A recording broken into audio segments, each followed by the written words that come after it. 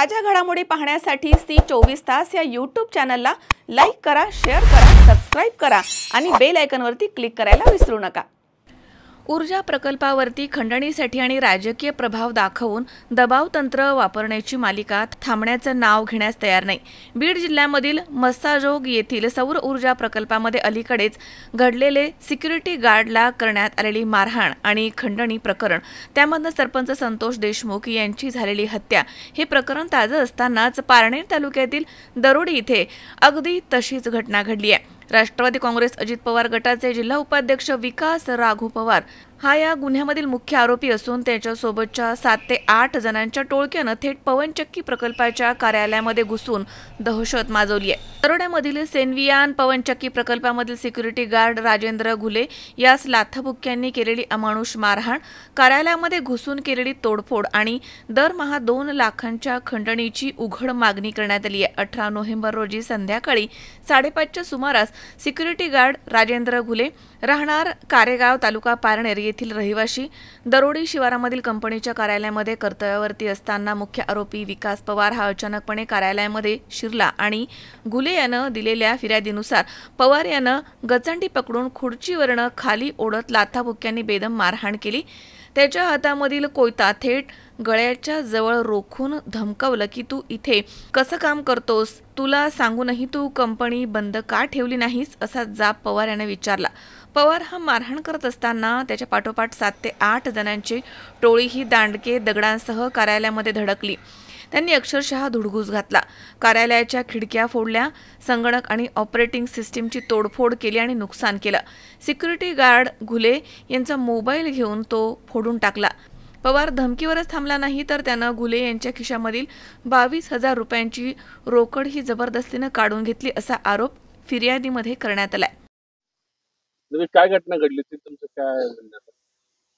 हे साधारण साहेब माझ्याकडे एक 2015 पासून 2015-16 पासून ह्या इथलं सिक्युरिटीचं आणि मेंटेनन्सचं काम आहे।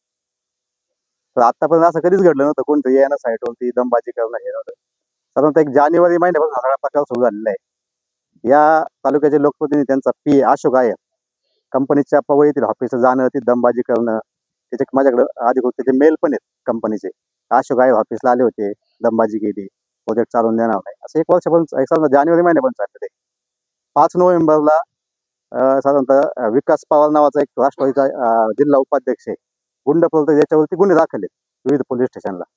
त्यांनी येऊन दमबाजी केली होती, त्यांचं परत तो आठवडा गेली तर आला संध्याकाळी 5:30 दरम्यान। आमच्या इथं डेला एक सिक्युरिटी काम करत असतो आणि कंपनीचे लोक असतात बाकीचे, तर त्यांनी त्या सिक्युरिटीला मारहाण केली। तुझ्या मालकाला सांग तर मला महिन्यातून 2 लाख रुपये हप्ता पाहिजे, नाही त्याला मी मारून टाकील। म्हणजे जसं मस्साजोगला घडलं संतोष अण्णा देशमुखांचा, जसा त्या पवनचक्कीच्या याच्यातून खून झाला, म्हणजे मला पण अशी माझी भीती का माझं त्यांना संतोष देशमुख करायचा आहे का। तरी वारंवार घडत आलेलं आहे।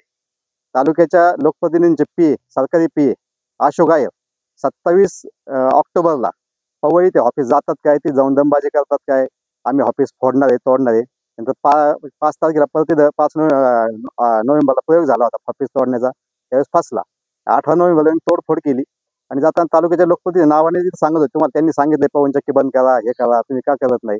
आणि 18 नोव्हेंबरला संध्याकाळी अशोक आयवांचा फोन पवईच्या ऑफिसला जातीतल्या व्यवस्थापकाला, तुम्हाला सांगितलं होतं आम्ही आता तुम्हाला ट्रेलर दाखवलाय, पुढच्या वर्षी आता आम्ही तुमच्या माणसांना हे करू, तुमच्या कंपनीच्या कामगारांना मारहाण करू, तुमच्या पवनचक्कीचा प्रोजेक्ट फोडून टाकू, तुमच्या पवनचक्क्या पाडू, इथपर्यंत प्रकार गेलेला आहे।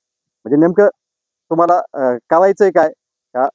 याचं साहेब अशी भीती वाटायला लागली, उद्या आमच्या जीवाचं काही बरं वाटत होतं काय?